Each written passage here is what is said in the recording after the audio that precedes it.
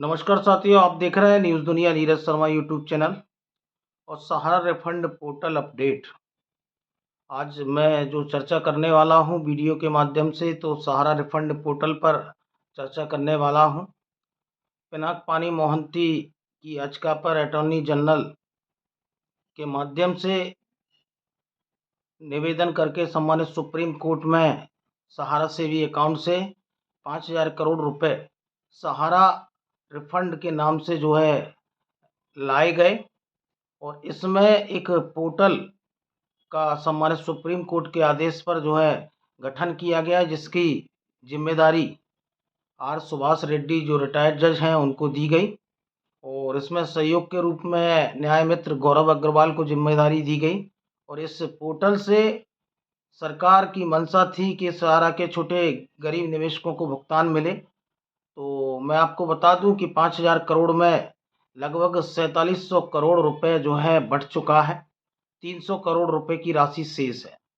इस पोर्टल में जो लगातार जमा करता है तो 1,40,00,000 के ऊपर का क्लेम 1.5 लाख करोड़ का करीब क्लेम पहुंचा है और 1,45,00,000 के लगभग इसमें क्लेम करने वाले लोग हैं।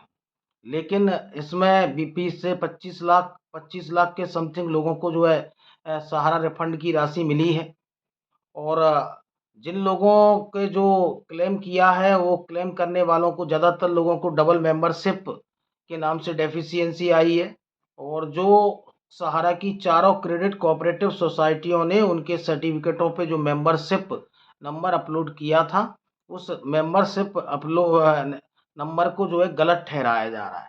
तो मैं आपको बता दूं कि जिन लोगों ने अपने ऑनलाइन तरीके से इस रिफंड पोर्टल पर अपने भुगतान की वापसी की थी, उन्होंने Aadhaar card, PAN card, bank account की किताब और सहारा के सर्टिफिकेट, पासबुकों की जेरॉक्स कॉपी लगाई थी। लेकिन उनको भुगतान ना मिलते हुए उनको डेफिशिएंसी मिली। भुगतान पाने वाले सीमित लोग हैं और जिसकी राशि 4700 करोड़ बढ़ चुकी है। और ये 4700 करोड़ रुपए किसको मिला है? ये 4700 करोड़ रुपए सहारा इंडिया के उन अधिकारियों को, उन कर्मचारियों को, उन फ्रेंचाइजी मैनेजरों को और उनके रिश्तेदारों को पैसे की वापसी हुई है, जो घर बैठकर ऑफिस संचालित कर रहे हैं और उन्होंने रिसबमिशन के नाम से भोली वाली जनता से पैसा निवेश लिया है। तो चूंकि जो रिटायर्ड जज हैं और इस पोर्टल के कर्ता धर्ता हैं, उन्होंने सम्मानित सुप्रीम कोर्ट से समय अवधि दिसंबर 2025 तक का समय मांगा था।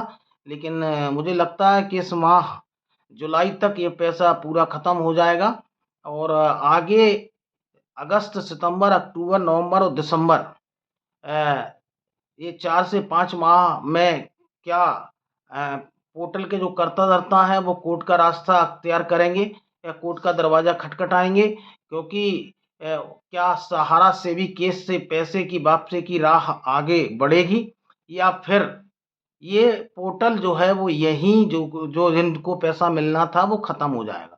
ये आगे प्रश्न है। लेकिन 2025 दिसंबर तक का समय इस पोर्टल पर सम्मानित सुप्रीम कोर्ट ने दिया था।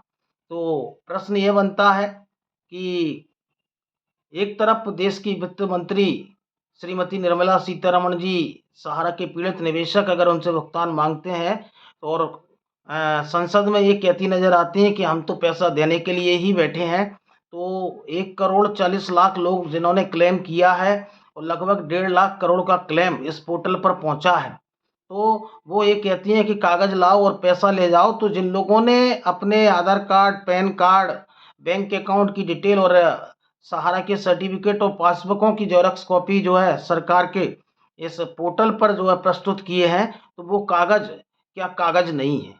तो ये कागजों को जो उन्होंने अप्लाई किया है, ऑनलाइन प्रक्रिया में अप्लाई किया है, सम्मानित सुप्रीम कोर्ट के आदेश और सरकार की इच्छा शक्ति के बाद में लोगों ने क्लेम किया है, तो इनके कागज देश की वित्त मंत्री निर्मला सीतारमण जी को क्यों नहीं दिख रहे और उनके पैसे की वापसी की राह कैसे आगे बढ़ेगी?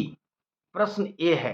तो आगे इस पोर्टल पर जो राशि समाप्त होने वाली है और 300 करोड़ रुपए जो शेष बचा है, उसके बाद क्या सरकार और वित्त मंत्री को दिखेगा कि एक बड़ा वर्ग है जो सहारा की क्रेडिट कोऑपरेटिव, चारों क्रेडिट कोऑपरेटिव सोसाइटी के 27 निवेशक हैं, जिन्होंने सुप्रीम कोर्ट के आदेश के बाद ऑनलाइन तरीके से अपने कागज़ों को प्रस्तुत किया है, तो उनको उनका भुगतान कैसे मिलेगा? तो निर्मला सीतारमण जी, देश ने और सहारा के पीड़ित निवेशकों ने आज अपने कागज़ों को प्रस्तुत किया है। अब बारी है भुगतान देने की सरकार की, सामान्य सुप्रीम कोर्ट की और सहारा प्रबंधन की नीयत की, क्योंकि सहारा प्रबंधन की सोसाइटियों का प्रबंधन जो है जानबूझकर डेफिशिएंसी दूर नहीं कर रहा, अपने अपने लोगों की डेफिशिएंसी दूर की जा रही है और देश भर में सहारा इंडिया के ऑफिस जो है बंद है, क्योंकि बिहार चुनाव बहुत जल्द नज़दीक है और बिहार में अगर सहारा का भुगतान नहीं हुआ तो अमित शाह जी और जो है नीतीश कुमार जो मिलकर चुनाव लड़ रहे हैं, उनको उसका खामियाजा भुगतना पड़ेगा और सहारा इंडिया का भुगतान का मुद्दा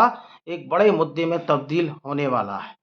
तो कागज़ लाओ और पैसा ले जाओ। तो देश के वित्त मंत्री श्रीमती निर्मला सीतारमण जी से कहूँगा कि जिन लोगों ने क्लेम किया है, जिन्होंने आवेदनों को भेजा है, जिन्होंने ऑनलाइन तरीके से अपने से आधार कार्ड, पैन कार्ड, अपने डॉक्यूमेंटों को प्रस्तुत किया है, तो उनके कागज़ क्या आपको नहीं दिख रहे?